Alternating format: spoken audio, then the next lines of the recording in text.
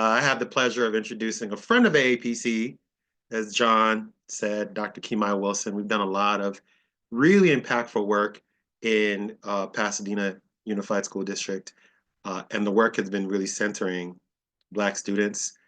So really excited and so honored to have you here with us today to speak with our folks. Dr. KiMi Wilson is CEO of Equations to Success, Inc., an education consulting firm dedicated to revolutionizing education in underserved communities through partnerships with school districts, nonprofit organizations, and businesses throughout California and nationwide. The Equation to Success has received consulting contracts with the Los Angeles Unified School District, San Jacinto Unified School District, and Paris Unified School District, training administrators, teachers, and students. He's also working with Pasadena Unified School District. Yes, let's not forget that. Equation to Success has developed an initiative focused on African American students called Humanizing Education for Equitable Transformation, which received $30 million in funding. KiMi was a curriculum and instruction division of the Charter College of Education with 20 years experience teaching both K-12 and higher ed. He served in numerous roles, including teacher, curriculum designer, and education director of a National Society Foundation, Nanotechnology Engineering Research Center at the University of California, Los Angeles, that school across town, to increase underrepresented populations in science, technology, engineering, mathematics. Dr. Wilson also served as principal investigator for the Future Male Minority Teachers of California initiative to increase male teachers of color throughout the California university system. Dr. Wilson is co-principal investigator for a Howard Hughes Medical Institute grant to advance equitable outcomes in the sciences. Dr. Wilson's new book, Black Boys Lived and Everyday Experiences in STEM, focuses on how Black students develop STEM identities in K-12 schooling. Dr. Wilson also serves as the Chief Learning Officer for GRX Immersive Labs. Dr. Wilson has the receipts. His work is so focused on uplifting Black children and making sure that we center their experiences. So Dr. Wilson, you've been here before. You're gracing us again. We're always excited. You're always here to drop knowledge. So without further ado, sir, floor is yours. Satul, man, I owe you a check, man. I owe you a check, brother. You giving me that great introduction, man. I appreciate you. Listen, y'all know I love AAPC because the vice presidential debate is going on and I'm a political junkie, but I'm here with my AAPC fam. And so I love you, love you, love you all. It's so great to see all of you here tonight. Melody, it's so great to see you. And so we're going to get right into it. Let me share my screen.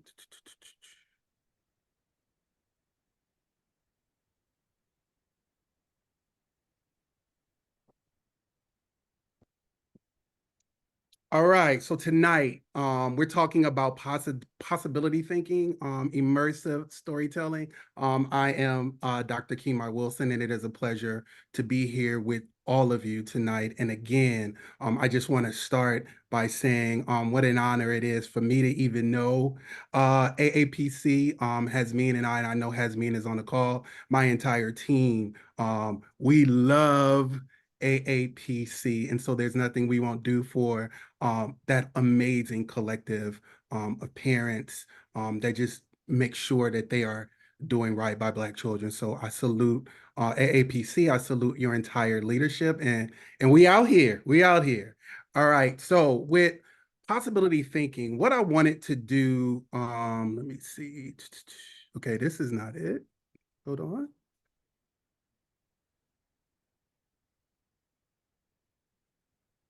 Here we go. So possibility thinking, what does it take?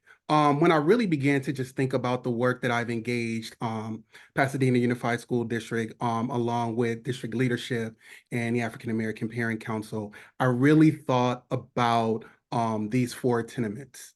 It was dreaming, it was serving, it was ideas, and then it was action.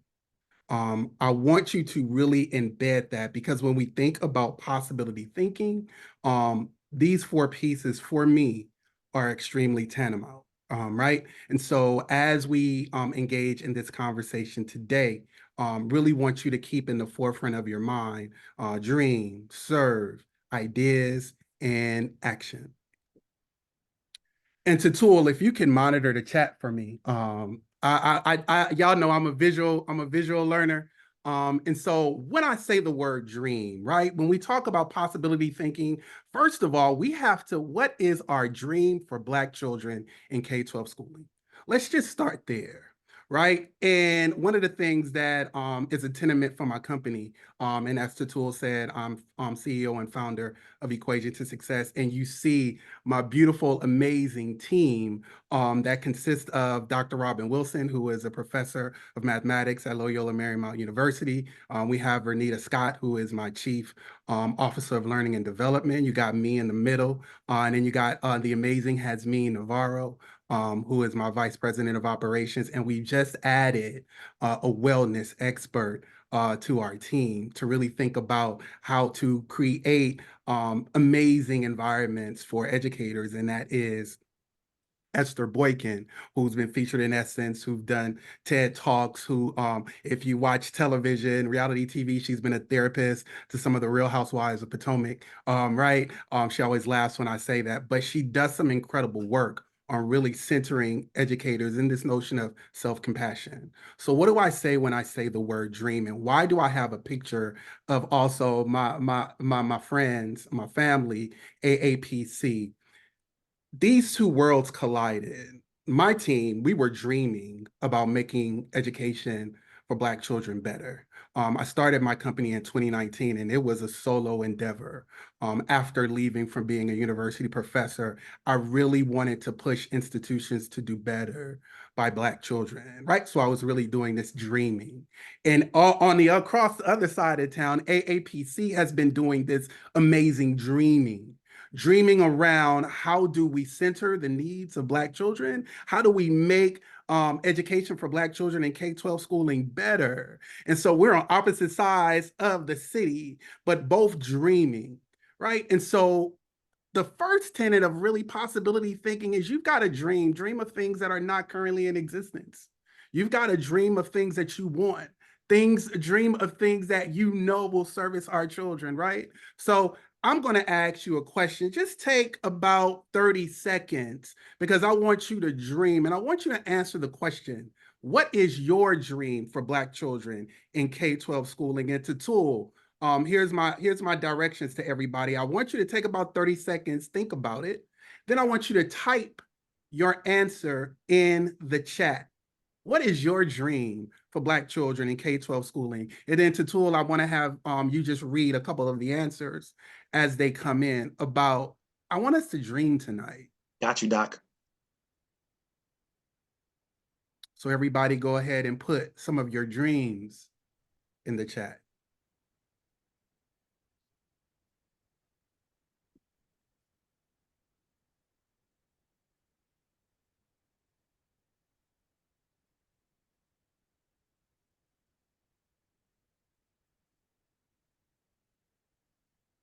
And to Tool, are they coming in? Yep, to be seen, to be heard, to be listened to graduate and leave grade school with confidence and know they got this.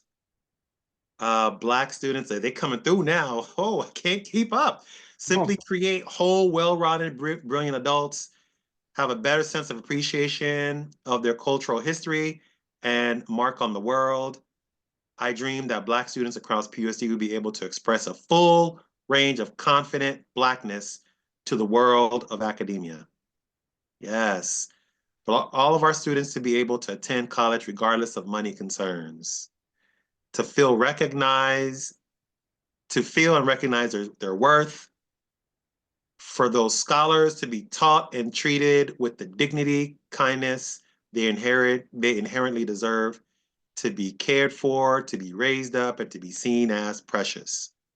Dream, as students are encouraged to not be afraid to dream. Yes. Guaranteed tier one education, guaranteed, yes. Propelling them to an even playing field, positive exposure to opportunities post high school. Man, they just keep coming, KiMi. Just keep coming. I love it, Tatul, and I'm gonna pause there. So, Tatul and AAPC, I want to ask you guys a huge favor. Make sure that we are able to save this chat, because as we do this possibility thinking, all of my brilliant minds and my brilliant scholars that are on this Zoom call, I want to make sure that as we build this academy, we are honoring some of the dreams that our collective body of folk are having. And this is the first step, y'all. Dreaming. Dreaming. Now, I'm not going to stop there, but my company had a dream, has dreams, and AAPC has dreams. But let me tell you, so now we talked about the dreaming, but let's talk about what's that next tenet that's important. And that next tenet is serving. I am very clear. Dreaming is great, but it's important that we serve. It's important that we serve. And so I got pictures of myself serving. I'm doing a lot of work with superintendents and school districts, but every week you will find me in someone's classroom working with real children, working with teachers. I am in somebody's classroom, always constantly improving my practice. And people always say, man, you've been in education for 25 years and more. And I've taught at elementary, taught middle school, taught high school, but it is nothing like always being in the presence and the company of children, that I'm always making sure that I'm always keeping close to that pulse, right? And so my question today is, and I want you guys to answer, is how are you currently serving Black children in K-12 schools? Because I am very clear, dreaming is not enough. I can't wait for school districts to solve it. I can't wait for superintendents across the country to solve it. But what I can do is that I can get out and serve. And so one of the things that I push my company to do, my team to do, is that not only do we dream, but it's important that we go out and we serve our kids, find out what the deficiencies are, and serve. Because it's one thing to dream, but then you got to put that into action, and it's actually going into schools and serving. So, Tatul, I'm curious to know how our collective body of folks that are here, how are they currently serving Black children in K-12 schools? Throw it in the chat. Let's see it. How are you serving? Helping bring them closer to colleges and teach them about career paths that encourage dreaming. Let's go. Let's go. Let's go.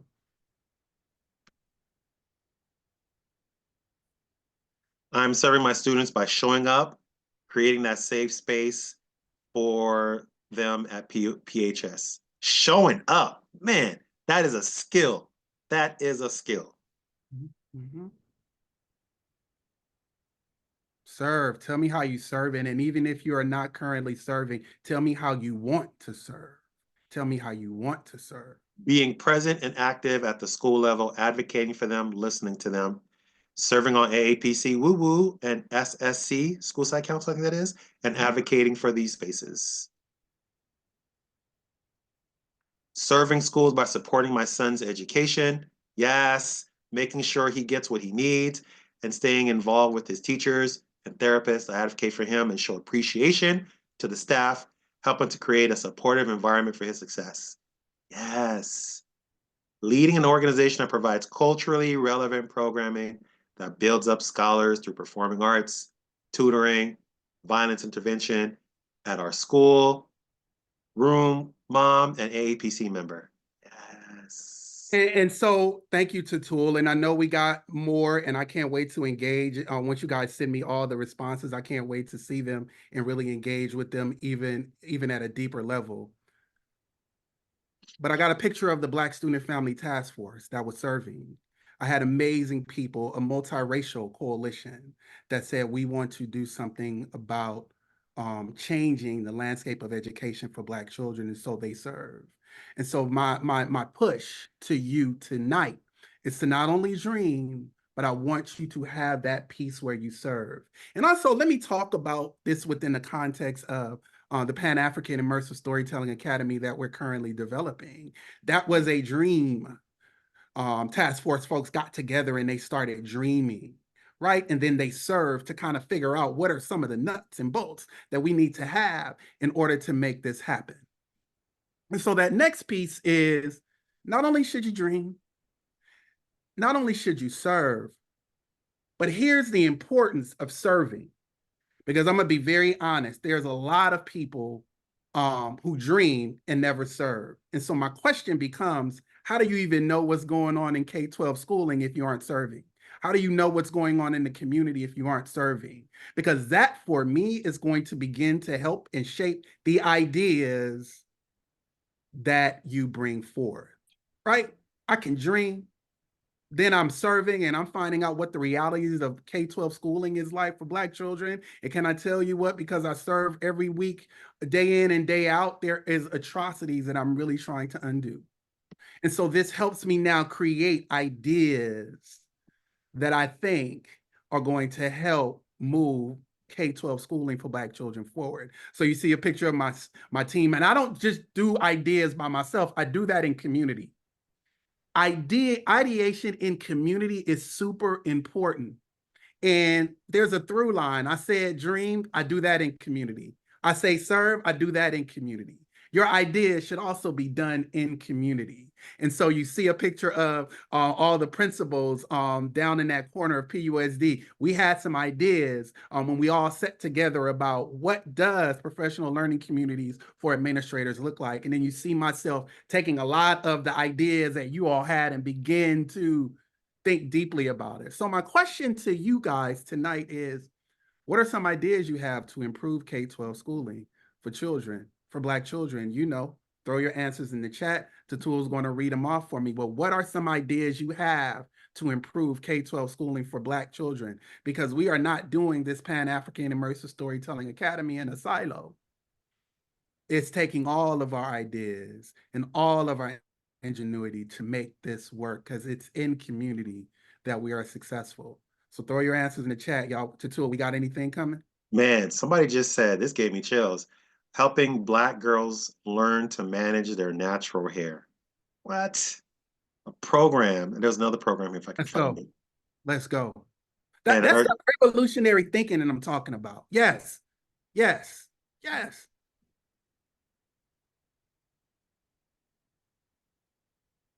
mandatory Black teachers admin hiring. Okay. Okay. Let's go. Let's go. Starting a business to give students in underserved communities an opportunity to take OSHA classes to go into construction. Yes. Mhm. Yes. Yes. Man, I love these ideas that are coming. Oh, hiring Black teachers in the dual immersion programs. Let's talk about it. Let's talk about it. To improve K-12 schools for Black kids, I'd advocate for a culturally relevant curriculum, more Black educators, mentorship programs, better mental health support, and equitable resources. I'd also encourage parental involvement, anti-bias training for teachers, and activities that celebrate Black culture. Give me one more. Give me one more, Tito. Give me one more. Bring back trades training. Ah, yes. Yes. Yes. Ideas. It's great to dream, but you got to serve. Serve so you know actually the pulse of what's going on, what's happening in our schools currently today. And that will also help you begin to generate the ideas to move the future along for our children. Here comes the action part. You see a picture of all of these beautiful faces. We've got AAPC, we've got district leadership, we've got my team, we've got Black Student and Family Task Force individuals. We got some of everybody in this picture. And it was the day that we presented the idea of the Pan-African Immersive Storytelling Academy. And so this is an action that we are currently undertaking.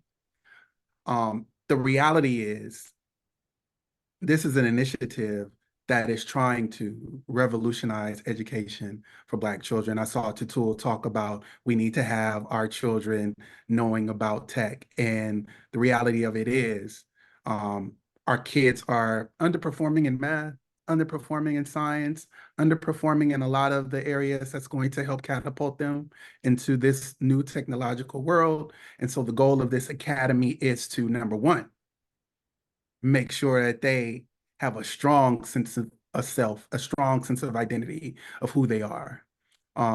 Number two, it's taking and looking at each one of the core subject areas and seeing how Blackness is interwoven throughout all of those disciplines. And then it is a foundational course that is earmarked for them to be able to tell their stories. And so I am super excited and super proud that all of us were dreaming in different places, but we came together to make a collective action of the Pan-African Immersive Storytelling Academy, which is scheduled to launch in fall 2025.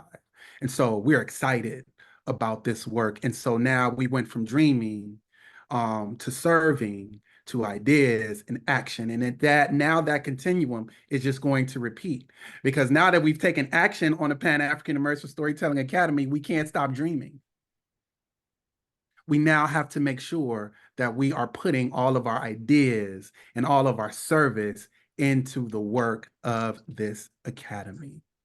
And so as we embark on this academy, I want you guys to throw in the chat, Tutul, help me out. What are some action steps that you would love to see happen as we engage in this work? See, we got one already. Mentorship for our Black children. I'll take that one. What do you say, Tutul? Mentorship for our Black children. I'll take that one. Absolutely. Absolutely.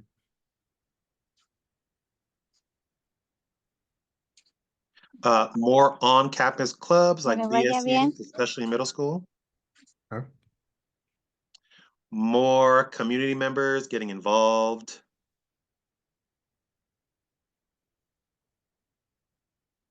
Free trade workshops. More funding for programs like BSU. Absolutely. Absolutely.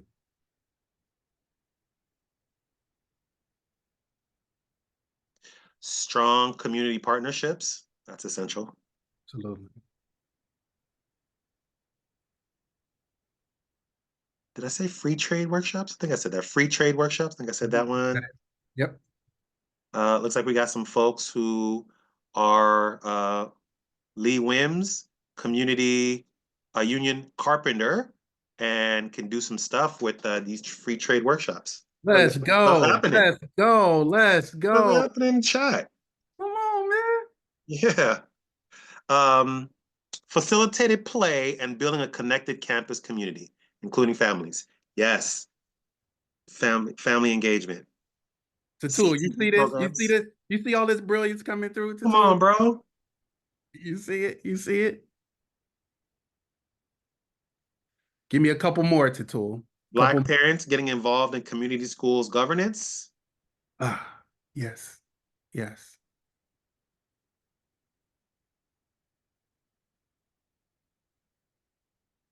Better. And John, we're really dreaming outside the box right now. We're better when we think deeply together. Yes. Absolutely. Absolutely. And so before I do a Q&A, I really want to go back and emphasize this one more time. Possibility thinking. What does it take? It takes dreaming of things that currently don't exist, dreaming of things that we want to do, dreaming of things that we want to see. It also requires a high level degree of serving. Serving in this work, just going into schools and serving now. You'd be surprised about weekly the conversations that I have with Black parents who truly really don't understand the state of education for all Black children. They may know it for their child, but they don't know it for the entire collectivity of Black children. And so it's important that we get out and serve, get in the schools and serving at whatever capacity that you can have, right? Whether that's an hour, whether that's 30 minutes, serving and get out there and serve. And so that helps now begin for you to have ideas to really how do we begin to change schooling for our community. And then once you dream and you serve ideas, it's now time to take action and start that continuum all over again, because this is the work that it's going to take in order for a Pan-African Immersive Storytelling Academy to be amazing, to be great, to be in community. Is going to take all of us to do this work. And so I'm going to open it up for any question and answers. But before I do that, please, those of you who want to know more about what I do, my team does, if you want to make sure that you are plugged into this Pan-African Immersive Storytelling Academy work, we have profiles created of everyone that served on our amazing Black Student and Family Task Force. We will be reaching out to you all relatively soon. But if we don't have your information and you'd love to be connected to this work, make sure Hasmeen will make sure, please email us at learn@equationtosuccess.com. Visit our website, go on Instagram. If you shoot us a DM, I heard you, I saw you. We want to get involved in this work, please, because we want to make sure that we're doing this work in community. Tatul, I hope I'm good on time because I tried to honor the time and space that you gave me. And so if there's any questions and questions, I'll take them now. So it's my pleasure to introduce Dr. Will Syms, who I've known for quite some time. He's a family friend, and he is also a person that has been a mentor to my sons. He is a person who really embodies what this whole possibility thinking thing is about. This is his lane. And so he is a PUSD parent, Pasadena native, PUSD graduate, and just all around a dope individual. And I'm gonna read you some of his professional stats. Dr. Will Syms is the Vice President of the Student Services at West LA College. Prior to that, he was the Executive Dean of Student Equity and Completion at Sierra College, and that's in Northern California. And he is a person that has also worked for Pasadena City College as an administrator within the non-credit division and the TRIO programs, while also teaching first-year seminar courses. In addition to his work in higher education, he served for Amnesty International USA, the NAACP, United States House of Representatives, City of Pasadena, and earned a bachelor's degree in mass communication at Clark Atlanta, a master's degree in public administration from Cal State University Northridge, and a doctoral degree from in education from USC. And as I stated before, more than that, Will is everywhere. He's in the community. He's been about this business. And I'm just really delighted to have him join this conversation as we continue on with our possibility thinking. So with no further ado, go ahead, Will. Good evening, and thank you so much. I hope everyone can hear me. As I was prepping for this, I dropped my entire standing desk. So I don't know what's working, what's not working, but we're going to have some fun tonight. Good evening. I want to lift up names in our community like Dale Yarbrough, like Naima from Amawali, and all of those, and Harriet Tubman, and all of those folks who sort of made me possible. I think about Mrs. Devon. I think about Jalil Sudan. I think about all those folks in our community who invested in me. And I grew up in Pasadena and Altadena, live in Altadena currently, and just have benefited from a community of Black people who don't ever give up. And so I am grateful to those folks. I am grateful to John Muir High School. I am grateful to the Alkebulan Cultural Center and people like Horace Wormley and Joe Ford and Gary Moody and Natha and all of those, Mercy Mae Richardson. I can read the roles. Juanita West Tillman, all those folks who you know create community and have served in our community and created a very clear reason for my existence and why I'm responsible for not just my own children, but the community's children. So I'm grateful to be with you all this evening for that. And as I also lift those names up, my wife, Shauna, partner in this, the reason I'm able to do this, our children, August and Ellington, those are the whys. Those are reminders every day of what we do. And I'm just grateful. I have a deep sense of gratitude for all those folks. And, as Nia talked about this journey that I've taken, it really is because of Pasadena and Altadena. And I laugh because every time I left, we end up at home. And so I'm reminded that my work and my field is Pasadena and Altadena. And the reason that we're dispatched from time to time is so that we can pick up new skills and continue to grow the community. So thank you all for allowing me to be with you. Thank you for, inviting me back into the village to be a partner in the work. And to Dr. Wilson, man, thank you. Your light, your energy, your spirit is something that we must protect. And so I am grateful to you, brother. I just want to say thank you for your leadership and your vision. And to the AAPC, my people, thank you all for continuing to create accountability for our students. I'm going to share my screen and just talk to you a little bit about sort of the journey that I have been on in education and other places, because this really is, I think tangential to the journey that we are on and that you are on. My work has been focused specifically in higher education, and we have been building pathways. I am lucky and blessed to be able to call Dr. Lawton Gray a brother and partner. And so a lot of those pathways started in Pasadena with Pasadena City College, Northwest, and John Muir High School. And so as you have seen, because of Dr. Gray's dynamic leadership and vision and in partnership with Pasadena, that it's been a focus on equity. It supports all students at that high school. It's a guided pathway, so students know the path to accomplishing that AA degree or ADT.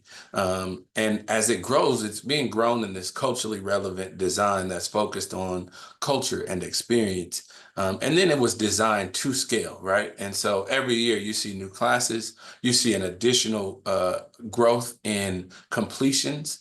And it is focused now from 9th through 12th grade so that students are graduating and becoming juniors in college. And so that pathway work that I was a part of at PCC Northwest and John Muir really allowed me to grow. And as I went to Sierra, we focused on combining dual enrollment, community college, and then the Black Honors College at Sacramento State. And so this was a guided pathway designed at scale, where the initiation of the work really focused on sort of being able to grow over a series of years. We designed this work at Sierra, really focused on launching it with these three parts. And so when I got to Sierra, we had 17 students. In a year, they have, because I'm not there anymore, so I would say they have 429 students in this pathway. And so it starts with 9th graders who are focused on the core for math attainment, English attainment, growing sort of a focus on support. And for our students, we know our Rockets and Shooting Stars, they generally matriculate directly to Sac State or one of our partner institutions. Those other students come to Sierra and are able to follow that trajectory in a map way so that when they get there, they know every class they will take in the 2 years that they are there and then move to transition at Sac State. And so that was designed at scale because when it launched, it had every piece in play and people were ready to go. And so, you know, where we thought we'd be able to attract 79 students and we prayed to get 79 students in the first year, we jumped from 17 to 350. And in year two, have 429 students who are in that program. And so as we were immersed in that work, and excited about that work in Sierra. And, you know, as a family, we thought, had this thought of making it home. In about 5 years, the phone started to ring. And so we transitioned home. And in my current iteration, I'm the Vice President of Student Services, Enrollment Management, and Equity Initiatives at West LA. And so 5 weeks into the job, we have started to grow these pathways where that mirror dual enrollment partnership, a stint at West LA, and then a transition to partners like CSUN and Dominguez Hills. Where we're launching and where we're growing our pathways now is to partner with our TRIO programs in middle schools. And so that pathway includes sort of a focus on Black students through Umoja, on Latinx students through Puente, on our Asian Pacific Islander students, and then LGBTQ plus and veterans. And so we're launching these pathways in partnership and really at scale. And so, you know, as I listen to you all talk about the work, it reminds me that it's possible. You know, we launched the initial program at Sierra in July of 2023. The first conversation about it happened in March of 23. And so I am here to tell you that you can do this with willing partners. One of the things that drives us is the data and having really data-focused narrative. And so as I listen and I hear you talk about math and English completion, that is a focus that we talked about. And we look at this in the context and in the framework of higher education. And so this was the data that we really focused on in creating a narrative of why we needed to center Black student success. And so when we look at it, we were able to plot out this eyeball chart that shows us the gray means no change, the red means that it is decreasing. And so, and blue means it's improving. And so as we looked at student success, we were able to identify that we were harming students, right? I heard Dr. Wilson talk about institutional harm. And so as institutional actors, we are responsible for correcting that harm. In the words of Dr. Kendi, Ibram Kendi, he talks about the institutional harms and the impacts of anti-Blackness. And so when we talked about this, having this data set that we were able to share, and this data that was irrefutable, because folks get into, and we know Pasadena, we do this well, the what about me's, right?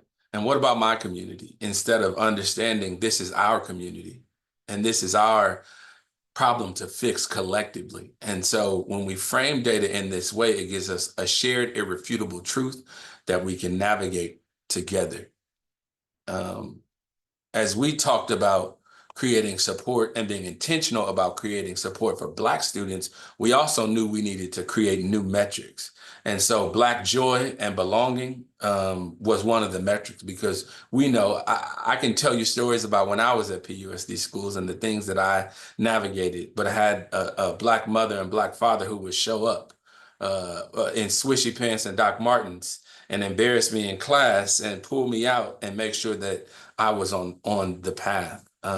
We also talked about expanding cultural expression, because we know when we can be Black out loud and Black in public, that joy is increased. And so that was a metric in Placer County. And I don't know if you know about Placer County, but they wanted to cede from the state of California and create a new state called Jefferson.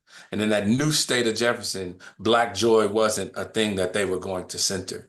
And so we went and in Placer County, talked about these metrics as a necessary thing to see not just improvements in the classroom, but sense of belonging grow, and then also building resistance to anti-Blackness in our children.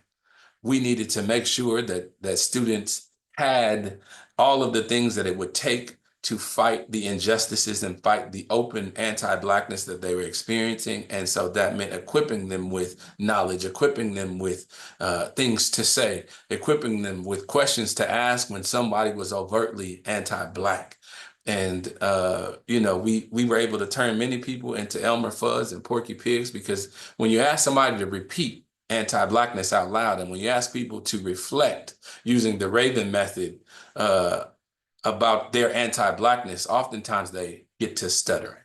And oftentimes they get confused and they get quieter.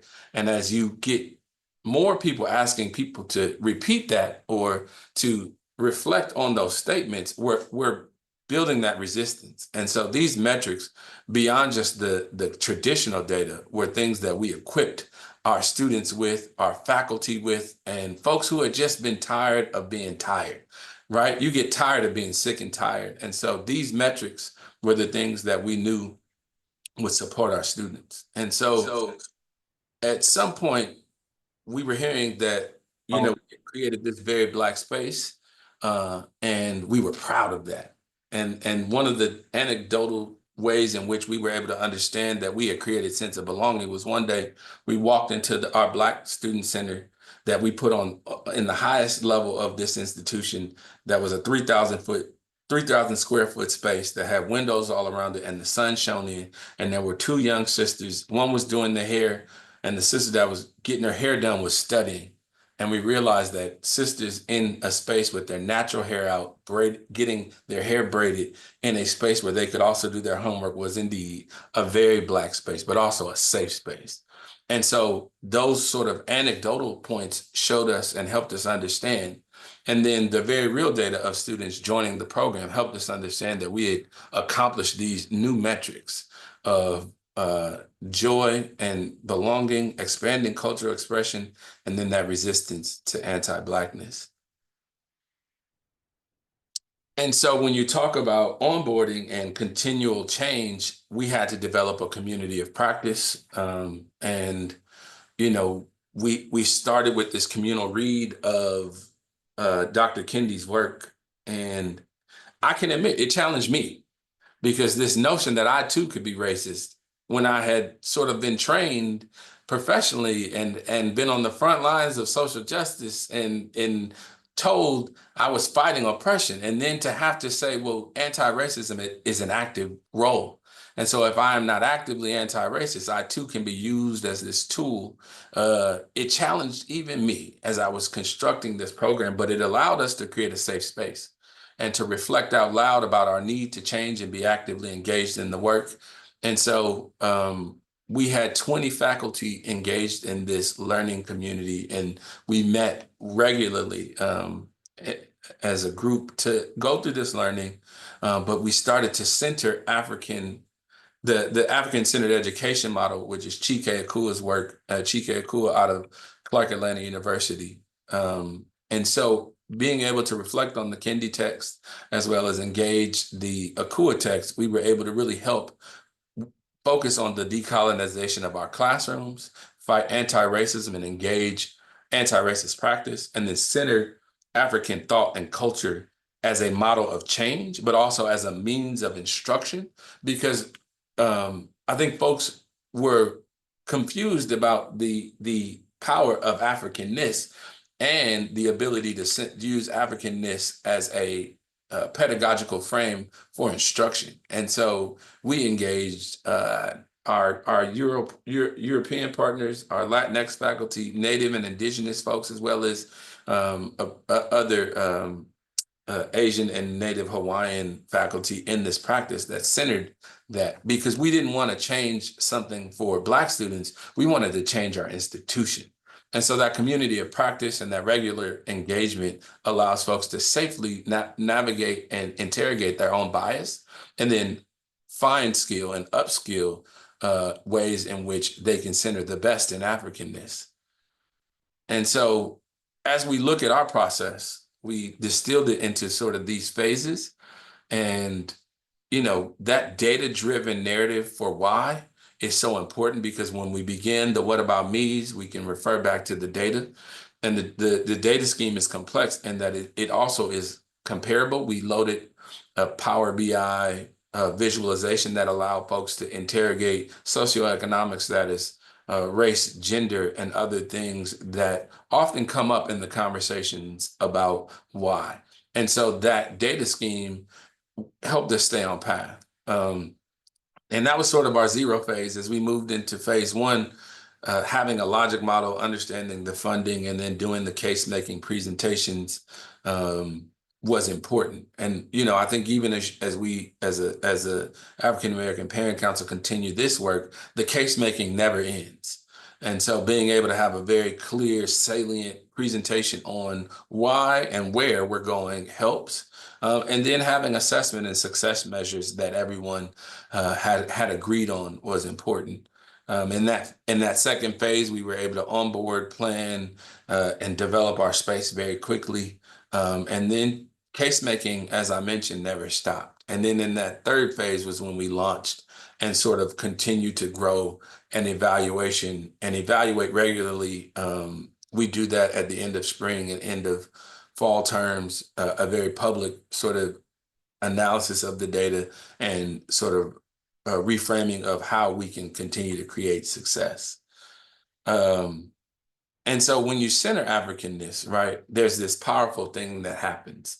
And so as a group, we found the image of the Akobin, which was about being cautious, on the lookout, and a call to action, right? And the shofar, the ram's horn, all of those things are the Akobin in different cultures. And so we recognize also the cultural thread of Africanness and the influence of Africanness across culture. And it helped us create allies, and it helped us understand sort of the connective thread that African people have had in their migration from in the continent into different places, and the ways in which, people who are described as Moors influence science and math. And so as we continue to tell the story, as we continue to share narratives about the greatness of people like Mansa Musa, and talk about the story of the pyramids in the Sudan, and how there are more pyramids in the Sudan than there are in Kemet or Egypt. This Akobin was that call. This Akobin was that connective thread. And so it really does provide a shift in culture and a focus on supporting the closure of gaps caused by systems. And so this centering of Africanness moved us from sort of consciousness to competence, and helped us turn that competence into a pedagogical frame that could be leveraged in the classroom, so that when faculty encounter students who are expressing themselves or having this moment where they are imagining and dreaming out loud, we take that fear away, right? And we help people understand that our culture is the electricity that illuminates the light bulb. And quite literally, right? Because that's one of the inventions created by an African person. And so being able to leverage that genius and leverage the history of who we are throughout time, the Akobin was really our time machine. And so as we talk about creating this Pan-African Storytelling Academy, also having those sort of the iconography of Africanness is salient. And so as we look toward the future, it reminds us to center those frameworks focused and planning our paths by centering frameworks focused on Black student success and the vision for where our students will launch. We talk about the launch because when we get them to college, when we get them to where they go, that is when they get to the world. And so all of this is about a new beginning and the next beginning and the next iteration of their excellence. And so, I share the Akua text. We also engage because one of our focuses was supporting, and always is, we recognize the need to support our Black male students because of the histories and the sort of systematic marginalization and oppression that Black male students face in public schooling with regard to behavior and other statistics that we found in the Black Minds Matter research of Dr. Frank Harris and Luke Wood. And so Black male theory is a framework that is built off of Bronfenbrenner's ecological model. and Doctors Nana Lawson Bush, who's at Cal State LA, and then Ed Bush, who's the president of Consumnes River College in the Los Rio district in Sacramento. We were blessed enough to have them come in and sort of help talk us through how we do that. And then leveraging sort of Bowman and Deal's reframing organizations were texts that were really helpful in our pathway work.